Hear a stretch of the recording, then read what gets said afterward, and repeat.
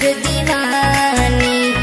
अलग है बाओ कर कहानी का बोले बाओ कर अरे हम जे कर दीवानी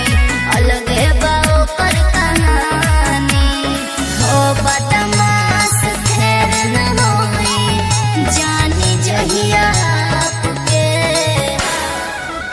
उतलही का मर जाई काप के कही दी है कि भेजो अपना बाप के। उतलही का मर जाई काप के कही दी है कि भेजो अपना बाप के। हवा मत बनाओ रे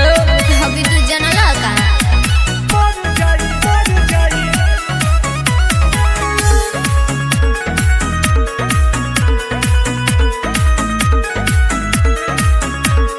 रखले बाबा